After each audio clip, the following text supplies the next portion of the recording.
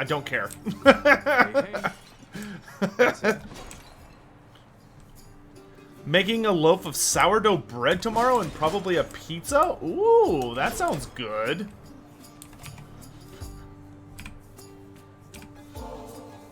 You're always here for me, Baldy. Cheers. Good chat. What should we live stream this week? I haven't even thought about that. Ooh, another 7% gold. Nice. Princette, just missed your stern-faced colleague. Feel that stillness hanging in the air? Sounds like he won't be checking up on me again anytime soon. Thanatos really isn't such a bad sort once you get to know him, sir. Though I suppose you'll have to take my word for that. Oh, I believe it, Highness. I should think that bringing death must be a lonely job. Perhaps you ought to try pushing a boulder sometime. Oh! Your birthday's tomorrow, Mydros. Awesome, dude. Well, just in case something happens and I'm not able to live stream or whatever, happy early birthday, man. Cheers, mate. Safe travels.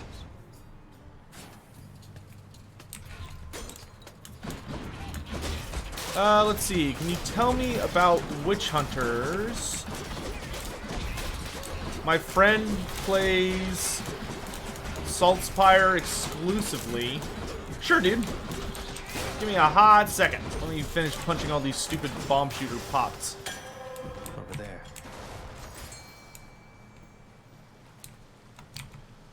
Hard to see in all A that cool red. lore tidbit about witch hunters. Got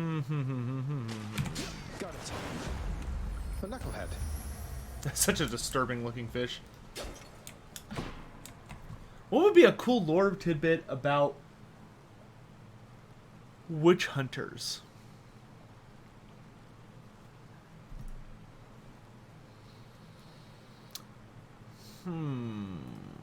I would say probably one of my favorite witch hunter related. Here's a couple for you.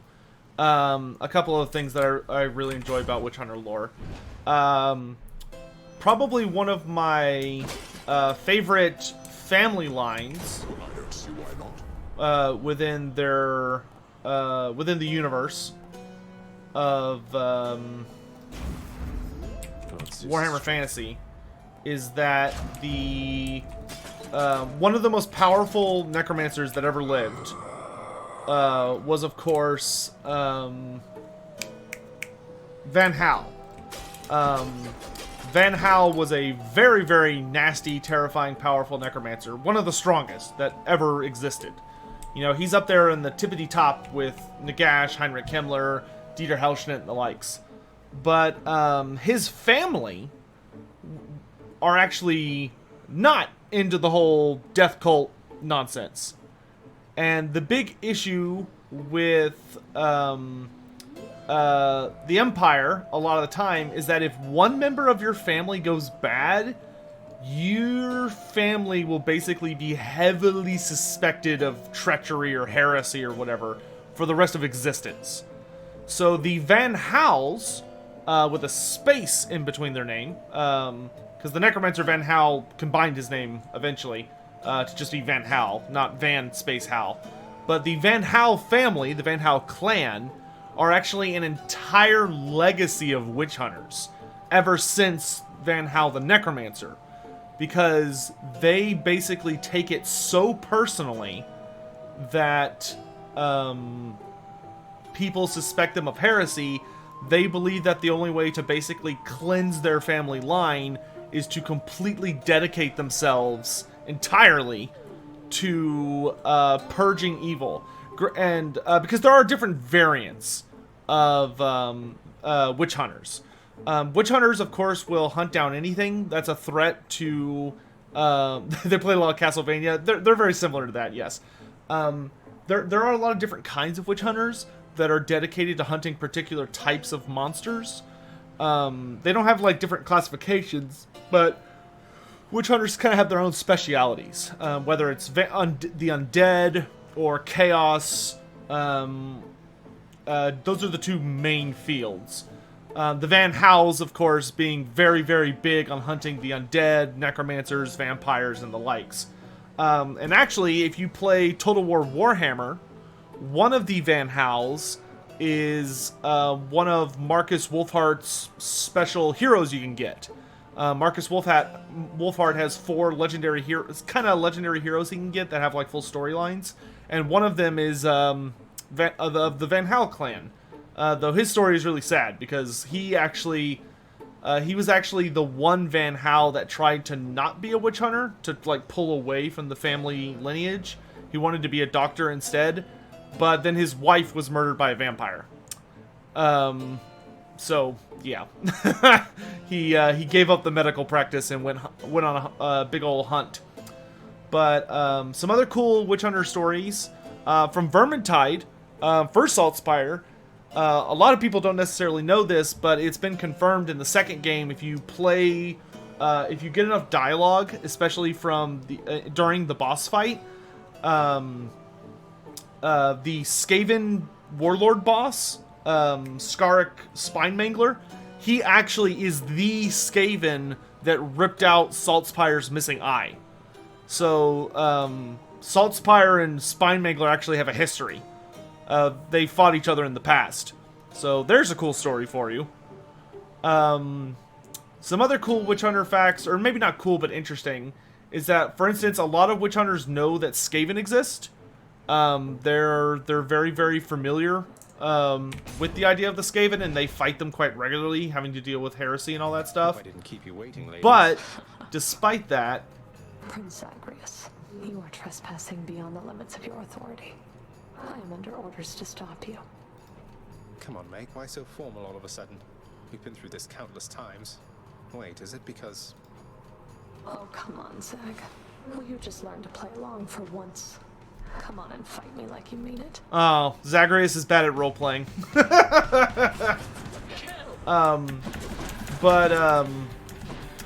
A lot of witch hunters like openly believe and know that the Skaven exists, but even then, they're not allowed to talk about it for a myriad of reasons. But like in the Empire, it's a big no-no to publicly ever discuss the Skaven.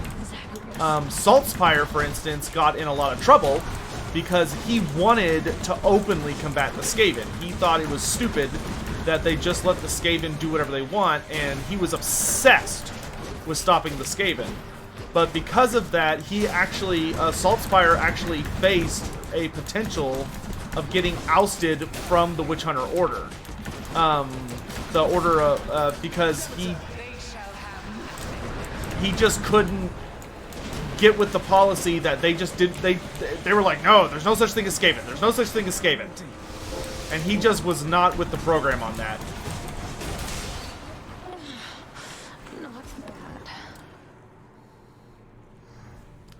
Some other things are that witch hunters are just as badass as you would expect them to be when it comes to levels of preparation.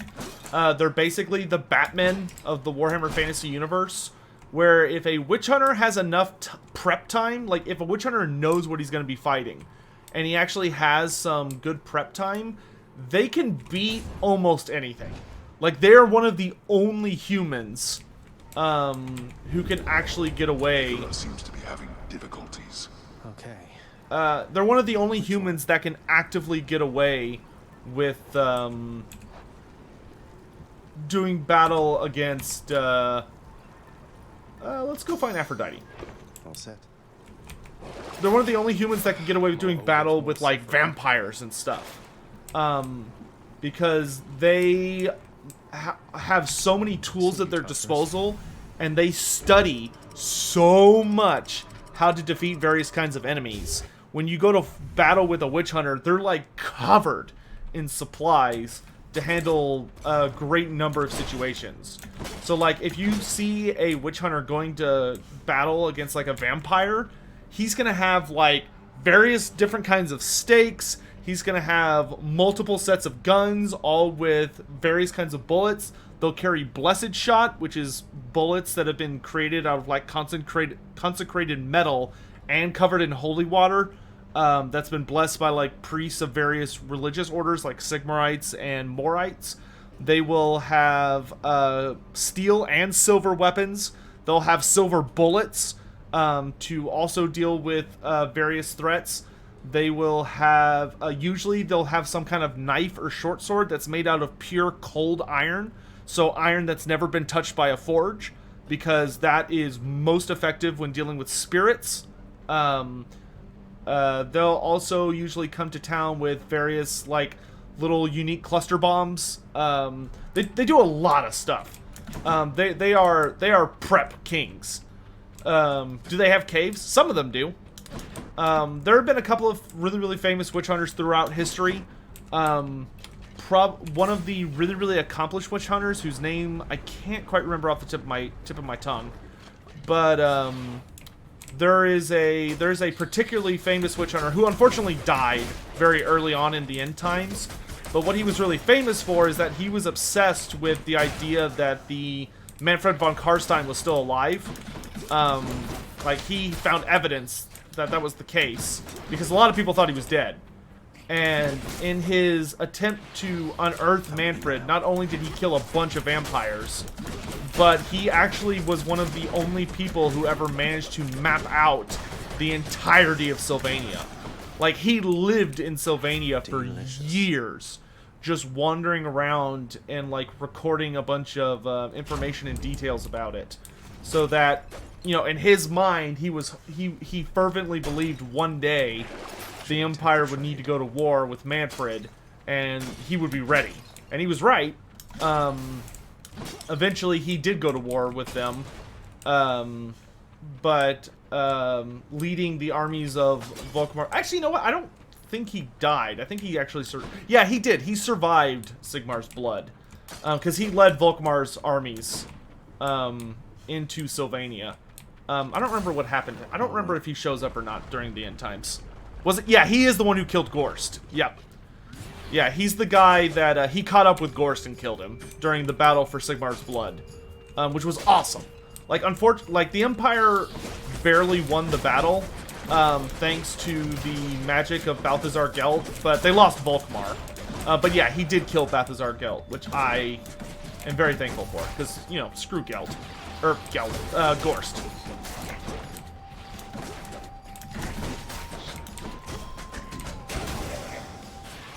Thank the gods. Aphrodite said she's running just a little late, cuz, though I'm sure you understand. Besides, I'm here, in spirit anyhow.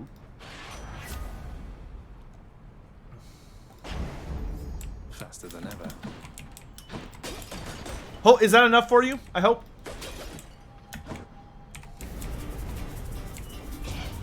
Who dares? Mr. TIE Trooper.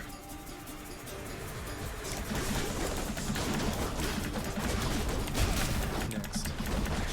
Next.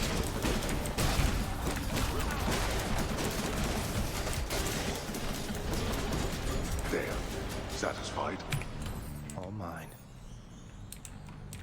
Yeah, I agree. Well, no, we just should not have gotten Gorst in the first place. They should have done Volkmar versus Vlad. That would have been a really cool DLC. And then had Isabella be the free LC. Or something like that. I don't know. Should have just not been Gorst. Oh yeah, and if you or him would really like to know about witch hunters, there's actually an entire omnibus, which is basically a trilogy of, but it's all like put together. But there's an entire book series that's sold as an omnibus now on Games Workshop's website, which is games-workshop.com. That is purely about a witch hunter. Like, it's very long, but it's a really good read. Keep me going. Gods grant me strength.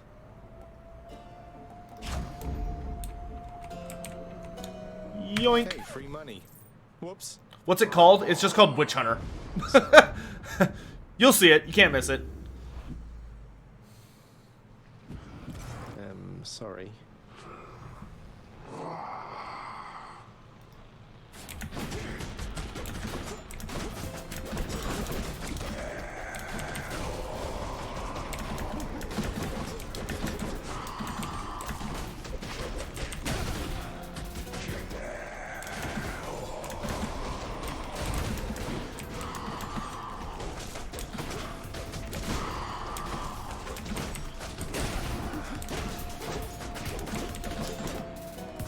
Come back here, you nerd.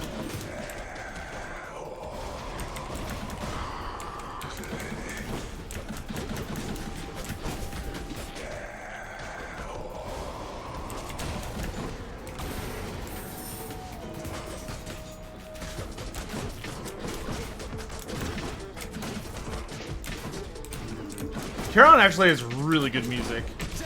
No comfort from the bitter cold. Ow! I stopped paying attention to him for like half a second.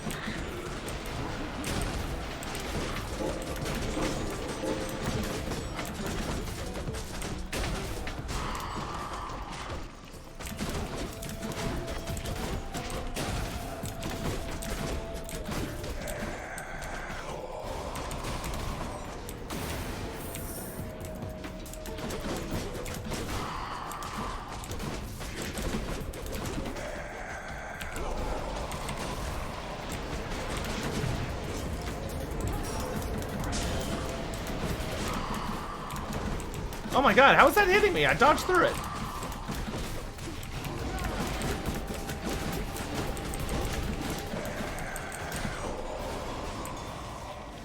Oh, I was just getting warmed up.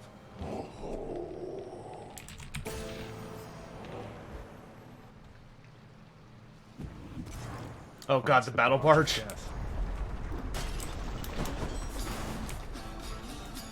Could I get some... Do I think I could get someone from CA to do an interview with me? Oh, I don't know about that. I mean, maybe? But I don't know.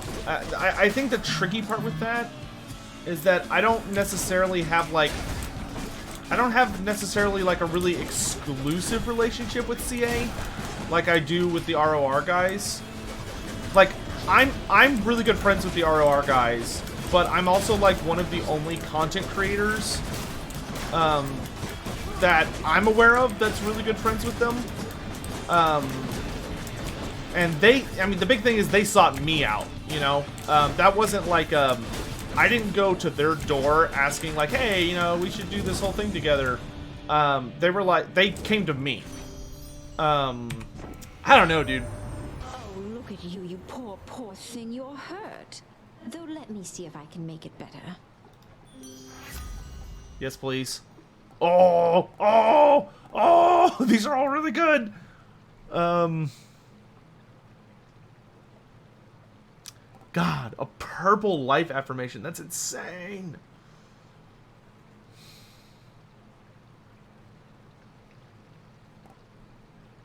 But Heartbreak Strike's also really strong.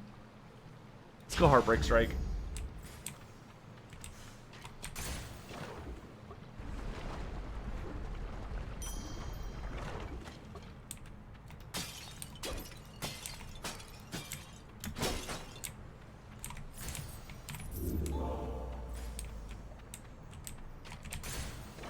Shop again? Oh my gosh. That being said, I'm sure it could be done. I would just... I think if Creative Assembly and... If I was going to do an interview of Creative Assembly, there would have to be a good reason. You know? I don't think that's something that would just happen out of the blue.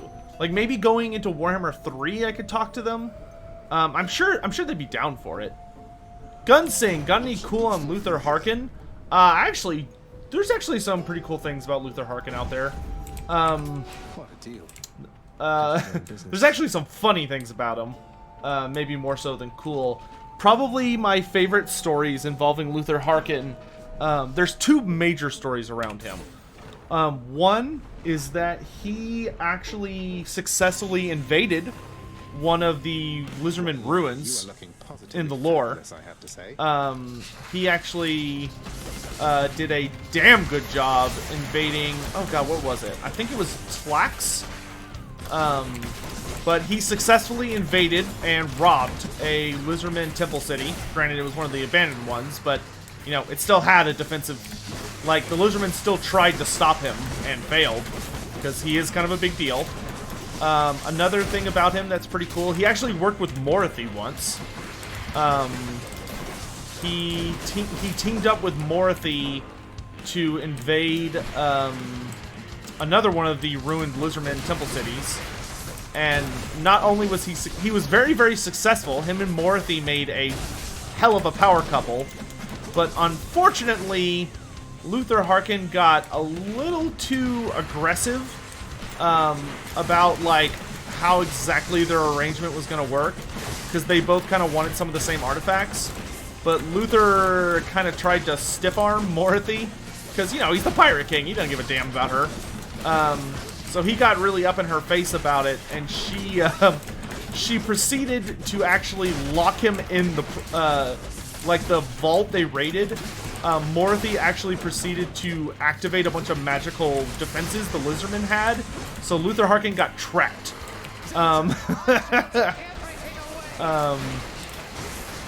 He actually got imprisoned within the Lizardmen's temple city, so the Lizardmen were able to finally take him hostage. Or not hostage, but they were finally able to, like, take him in, and seal him away. No more heads. But he got out.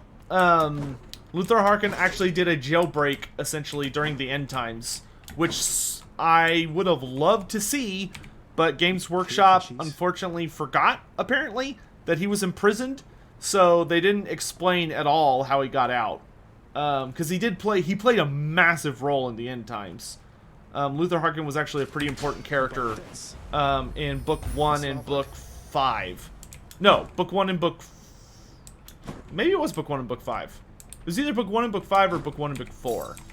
But, like, he played a pretty significant role until he died. But, yeah, he's a lot of fun. Another thing about him is that, Luther Harkin... You surpassed my Hydra. Some people are vaguely aware of this, but I think it brings them interest or joy to hear it from, like, someone who's read the lore and can say it with confidence. But Luther Harkin was easily one of the most powerful vampires at his height. Like, he legit was one of the most powerful vampire lords in all of fantasy, because he was actually quite powerful at utilizing magic, until he got a little too greedy for his own good. And when raiding one of the very first temple cities, he, of course, triggered that infamous trap that fried his brain.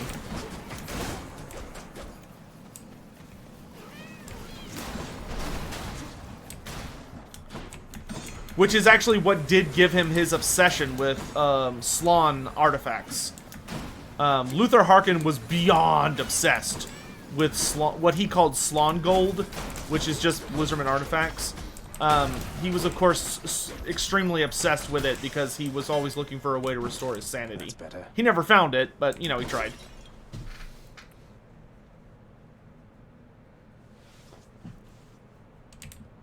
Well, the problem is the Lizardmen don't negotiate with creatures not a part of the Great Plan.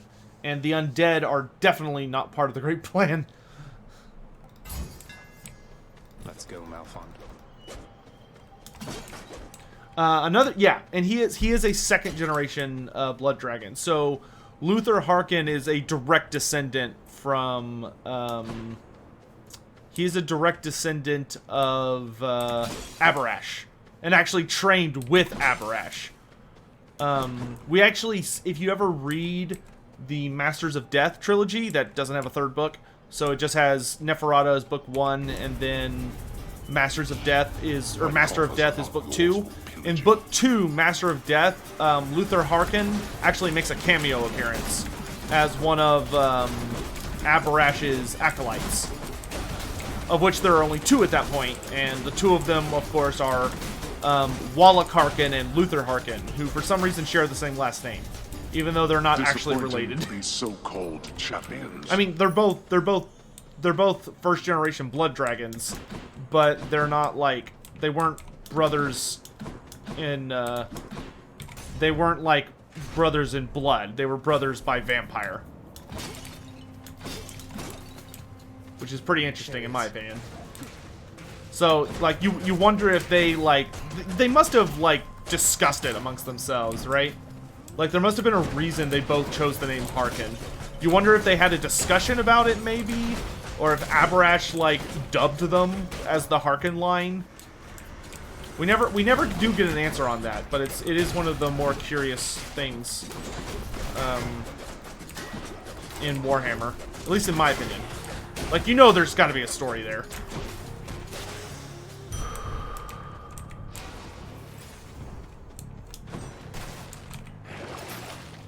Both from the same tribe? That could be it. I'll take that. Could have been they were from the same tribe. Because Abarash seemed to pick them both... Abarash picked them both up sometime after the fall of Lamia. Or after the fall of Nehekara and the defeat of Nagash. One god or the other. Is that what it actually... I'll have to go back and read it. I don't remember there being anything mentioned of a Harkani tribe. But it could be that my memory's just spacing out on me. That would not surprise me in the slightest. You, little sprout.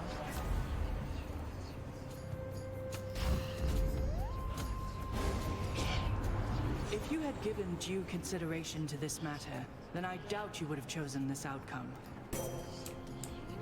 I hate to do this, Athena.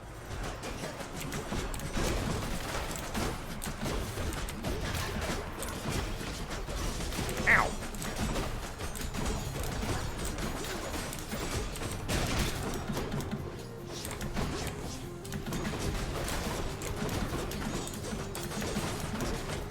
It's actually kind of funny fighting the archer guys against Athena, because they're so mobile they tend to like run out of her sphere of influence.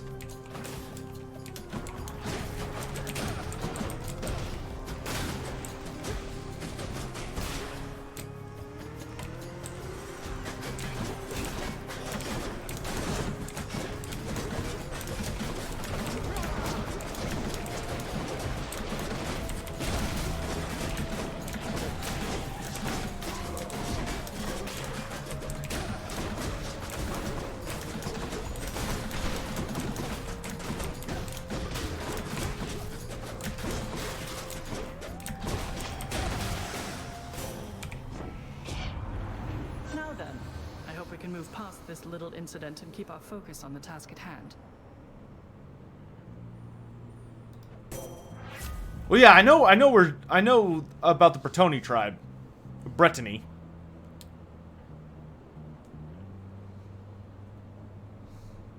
Ooh, nice. She gave us the Death Defiance back. Power.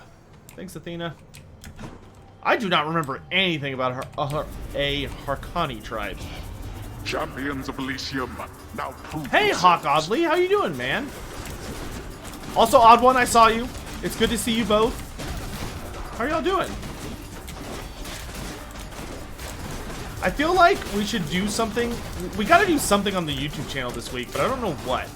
Maybe we should do the, what would people want to watch? Blood and Y'all think we should do the darkness. Kislev? Maybe we should do the Kislev campaign this week? That could be fun. Kislev modded campaign. I'd be down for that.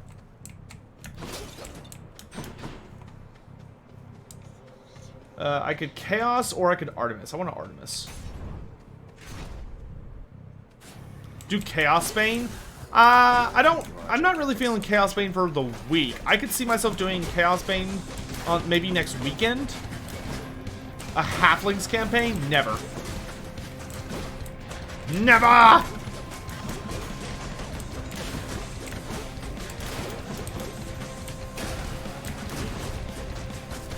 Harkin campaign? Why would I do a Harkin campaign? Do you have like a particular justification?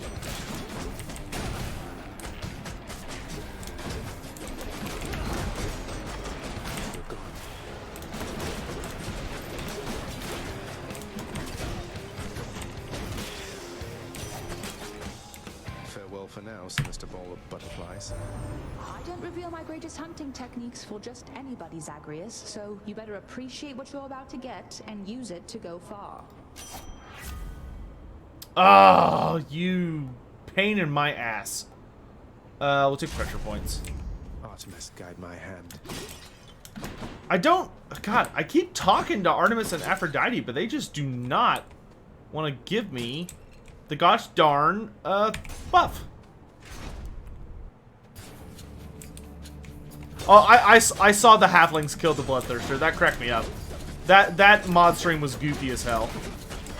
I will say though, between y'all and me, don't tell anyone I said this. Between y'all and me, you know that people are getting dry for like desperate and dry for